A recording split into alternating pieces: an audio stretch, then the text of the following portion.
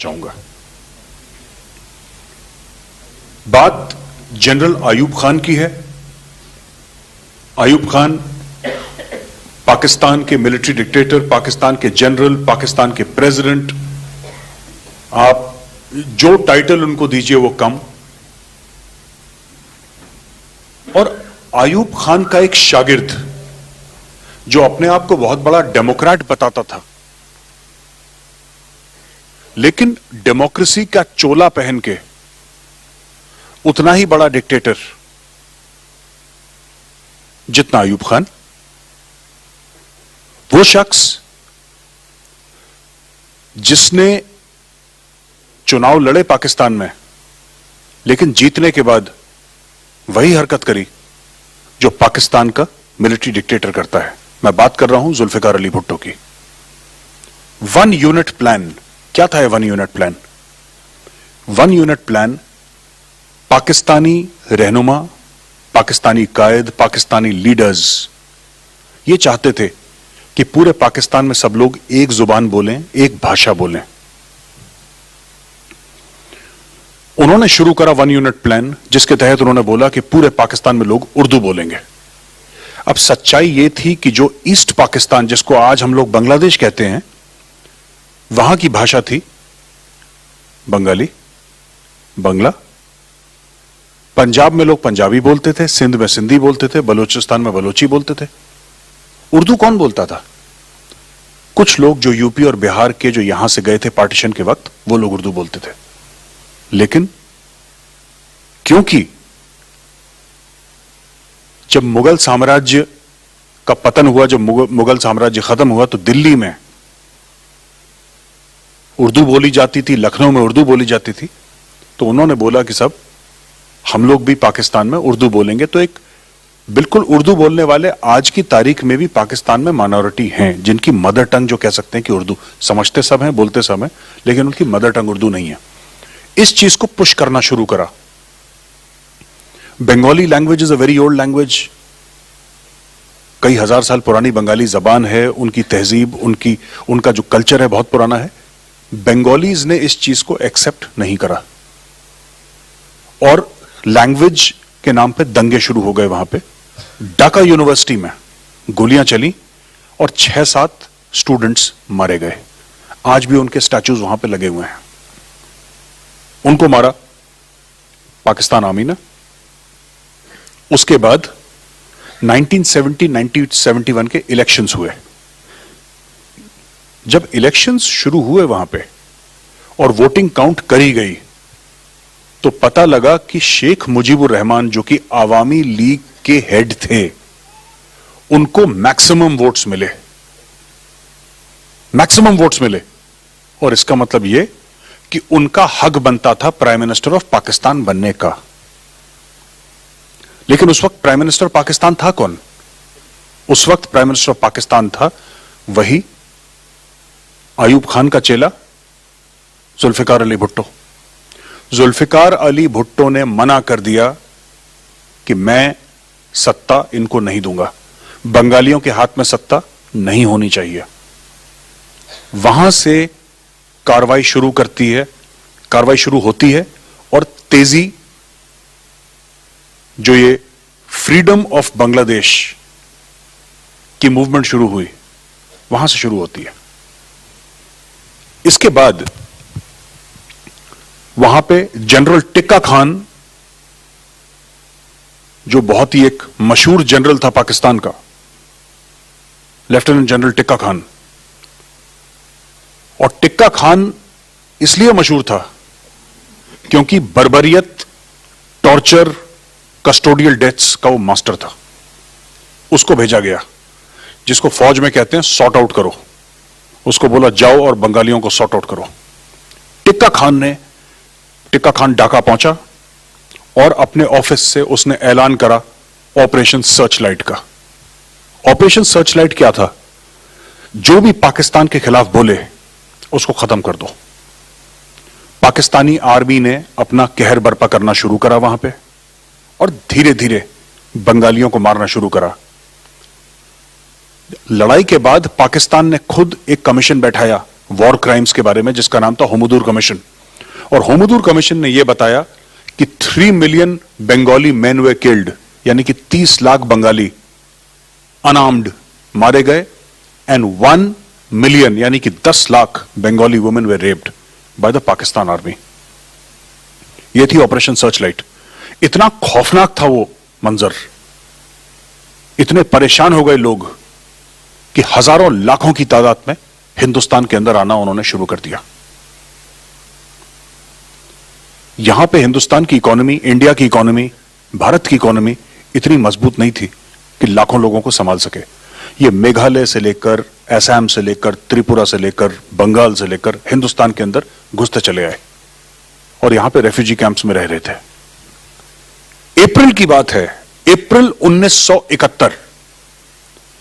April 1971 Shrimati Indira Gandhi, prime minister of India, बुलाती हैं army chief general Sam Manekshaw को अपने ऑफिस में और बोलती हैं कि जनरल साहब, मैं चाहती हूं कि आप पाकिस्तान के ऊपर अटैक करें। बहुत हो गया, हम लोग अब और नहीं टॉलरेट कर सकते। जनरल सैम मानेकशॉ, जिन्होंने उनके बारे में पढ़ा है, वो इस बात की गवाही जरूर देंगे वो किस टाइप के थे। उन्होंने साफ मना कर दिया। उन्होंने प्राइम मिनिस्टर ऑफ इंडिया को मना कर दिया, वो भी इंदिरा गांधी जैसी प्राइम मिनिस्टर को। बोला कि मैम, अभी वो वक्त नहीं है जब हमें अटैक करना है, मैं अभी अटैक नहीं करूंगा। श्रीमती इंदिरा गांधी ने बोला कि मैं आपको हुक्म दे रही हूं। सैम मानेकशॉ ने बोला, मैं अपना इस्तीफा दे रहा हूं। श्रीमती इंदिरा गांधी को समझ में आ गया कि काम ऐसे नहीं चलने वाला, यह दाल ऐसे नहीं गलेगी। सैम मानेकशॉ ने फिर श्रीमती इंदिरा गांधी से पूछा कि मैडम, आपको चाहिए क्या? उन्होंने बोला कि मैं चाहती हूं पाकिस्तान के 2 टुकड़े हो जाएं और मैं चाहती हूं कि जो नया देश है बांग्लादेश, वो जन्म ले। उसी वक्त प्राइम मिनिस्टर के ऑफिस में जनरल सैम मानेकशॉ, जो बाद में फील्ड मार्शल बने, उन्होंने इंदिरा गांधी को प्रॉमिस करा, बोला मैडम ऐसा है, आपका काम भी हो जाएगा, पाकिस्तान के 2 टुकड़े भी हो जाएंगे और एक नया देश बांग्लादेश भी बनेगा, लेकिन यह लड़ाई तब होगी जब मुझे ठीक लगेगा। उनको भरोसा था, उन दोनों के बीच में एक बहुत रिस्पेक्टफुल और प्रोफेशनल रिलेशनशिप थी। उन्होंने बोला ठीक है, आप जाइए। दिसंबर तक, अप्रैल का महीना और दिसंबर का महीना, ये 6-7 महीने जनरल सैम मानेकशॉ ने खूब मेहनत करी, दिन रात। फैक्ट्रीज, ऑर्डिनेंस फैक्ट्रीज में गए, वेपन्स और एमुनिशन का प्रोडक्शन दिन रात करवाया। जो मैन पावर की कमी थी वो पूरी कराई। जो वेपन्स की, स्टोर्स की, सप्लाईज की, हम लोग WWR कहते हैं, वॉर वेस्टेज रिजर्व्स, उनकी कमी पूरी करवाई। आर्मी, नेवी, एयरफोर्स, सबके ऑफिसर्स से बात करी, सबको एक साथ लिया, क्योंकि जितना रोल आर्मी का रहा है 1971 की लड़ाई में, उतना ही एयरफोर्स और नेवी का भी रहा है। ये विजय दिवस हम सिर्फ, एक्चुअली आर्मी एक इतनी बड़ी इंस्टीट्यूशन है, 12-12.5 लाख की है, तो ज्यादातर लोग आर्मी कहते हैं, लेकिन आज मैं आपको बताऊंगा कि एयरफोर्स ने क्या करा और नेवी ने क्या करा। और उनके बिना अगर हमें ऐसा लगता है कि सिर्फ आर्मी लड़ाई जीत जाती, तो ये नहीं हो पाता। अब हुआ ये कि धीरे धीरे हम लोग अपना वॉर प्रोडक्शन तेज करते चले गए और लोगों को ट्रेनिंग देना। और उस समय जैसे colonel Pandey, captain Vakre, young officers थे उस वक्त, बिल्कुल एकदम यंग, 2 या 3 साल की सर्विस थी, मोटिवेटेड ऑफिसर्स। एक और बात थी कि जनरल सैम मानेकशॉ ने अप्रैल में जंग छेड़ने की मनाही क्यों करी थी इंदिरा गांधी जी को? इसलिए करी थी क्योंकि मई जून के बाद पूरे बांग्लादेश वाला, जो आज बांग्लादेश का एरिया है, वहां पे मॉनसून्स हो जाती हैं और मॉनसून्स में मैन और मटेरियल का फॉरवर्ड मूवमेंट बहुत मुश्किल होता है ग्राउंड से। और वहां पे मॉनसून ऐसी नहीं होती जैसे कि 1-2 दिन बारिश हो गई। जब वहां पे मॉनसून होती है, फिर मॉनसून पक्की वाली होती है। तो उन्होंने मॉनसून का वेट करा, मॉनसून खत्म हो। 2 तारीख को, यानी कि 2 दिसंबर को, पाकिस्तान ने 50 फाइटर जेट्स, तकरीबन 50 फाइटर जेट्स से अटैक करी हमारी वेरियस एयरफील्ड्स। उसके बाद श्रीमती इंदिरा गांधी ने 1971 की जंग का ऐलान कर दिया and India was in a state of war with Pakistan. यहां पे एयरफोर्स ने क्या करा? एयरफोर्स का इतना कमाल का रोल रहा है 1971 वॉर में।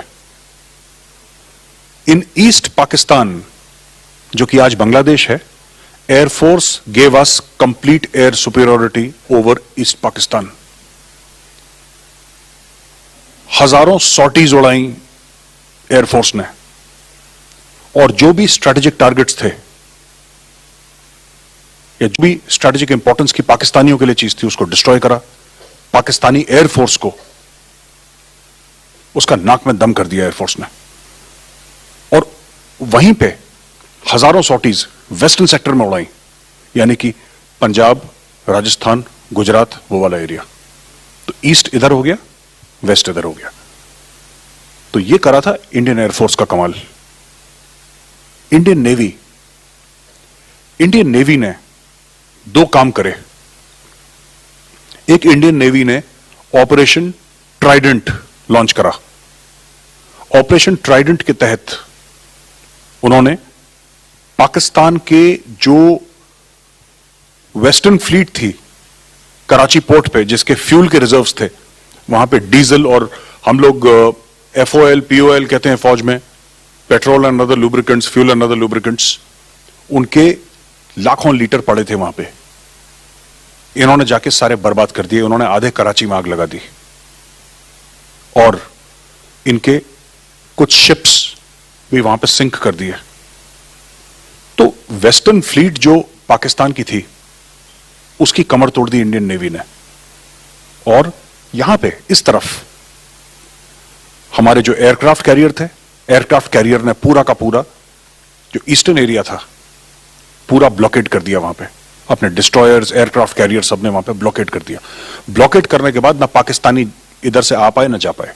इंडियन गवर्नमेंट ने बीच में क्या करा कि क्योंकि ईस्ट पाकिस्तान और वेस्ट पाकिस्तान में कोई लैंड कनेक्टिविटी नहीं थी बीच में, इन्होंने ओवर फ्लाइट जो रूट्स थी, क्योंकि अगर आपको लाहौर से अगर आपको ढाका जाना है तो आपको हिंदुस्तान के ऊपर से फ्लाई करना पड़ता था, ये कट कर दिया बीच में। यानी कि ईस्ट पाकिस्तान और वेस्ट पाकिस्तान के बीच में कोई भी कम्युनिकेशन और सप्लाई के रूट नहीं थे, वो कट हो चुके थे। अब पूरी फील्डिंग सेट हो चुकी थी। इंडियन आर्मी ने अपना अटैक लॉन्च करा।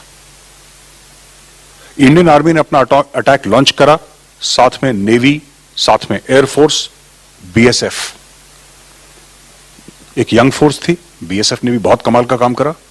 और इसके साथ एक और फोर्स तो नहीं कह सकता, एक नई एजेंसी 1962 की हार जो हमने चाइना के हाथों देखी थी, उसके बाद एक आइडिया आया कि हमारे पास एक नई इंटेलिजेंस एजेंसी होनी चाहिए।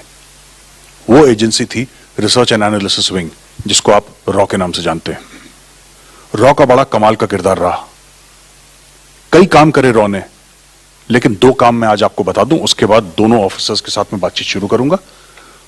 रॉ का पहला यह काम था कि जितने भी बंगाली यंगस्टर्स थे जो हथियार उठाना चाहते थे और जो लड़ाई करना चाहते थे पाकिस्तान के खिलाफ, उनको इकट्ठा करा और इंडियन आर्मी की मदद से एक फोर्स बनाई जिसका नाम था मुक्ति वाहिनी। मुक्ति वाहिनी वो फोर्स थी जो पाकिस्तान के खिलाफ जिसने लड़ाई लड़ी, और वो फोर्स थी जिसने पाकिस्तान आर्मी के lines of communication and supply cut करी। ये लोग आते थे, गुरिल्ला वॉरफेयर से अटैक करते थे और बाकी जंगलों में भाग जाते थे। वो थी मुक्ति वाहिनी। और दूसरी चीज, जितने भी टेक्नीशियंस थे पाकिस्तानी एयरफोर्स के 80-90% ईस्ट पाकिस्तान में वो बंगाली थे। रॉ ने किसी को घर पे पकड़ा, कोई स्कूल में अपने बच्चे को छोड़ने गया, स्कूल के बाहर किसी को पकड़ा, किसी को बाजार में पकड़ा, और उनके कान में धीरे धीरे फुसफुसाना शुरू करा कि ये जो बंगाली मारे जा रहे हैं आपके भाई लोग हैं और आपको इनकी मदद करनी चाहिए, आप पाकिस्तान की नौकरी क्यों कर रहे हैं। उनके कान में बोलना शुरू करा रॉ ने, और एक इंफॉर्मेशन कैंपेन बड़ी तेजी के साथ फैलाई।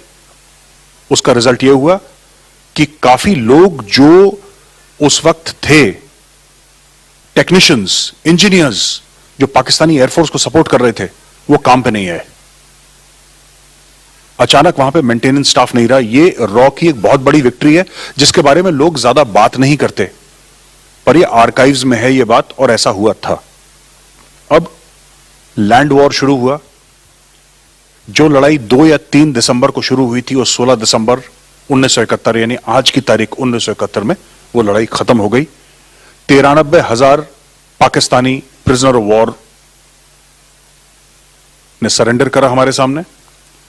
उसमें काफी हद तक उनकी आर्म्ड फोर्सेस के पर्सनल थे, कुछ पुलिस के थे, कुछ रजाकार्स थे, कुछ थोड़े बहुत सिविलियंस भी थे, पर ज्यादातर उसमें फौजी थे। उन लोगों ने सरेंडर करा हमारे सामने। General Jagjit Singh Arora, Indian army, lieutenant general A.A.K. Niazi, Pakistan army, वो फोटोग्राफ सबने देखी है, वो सरेंडर की फोटोग्राफ। अब लैंड का वॉर हुआ, उसमें जो हिली की बैटल है, बैटल ऑफ हिली, ये बड़ी आइकॉनिक बैटल है और बहुत जरूरी है कि हिली की लड़ाई कैसे हुई और हिली की लड़ाई में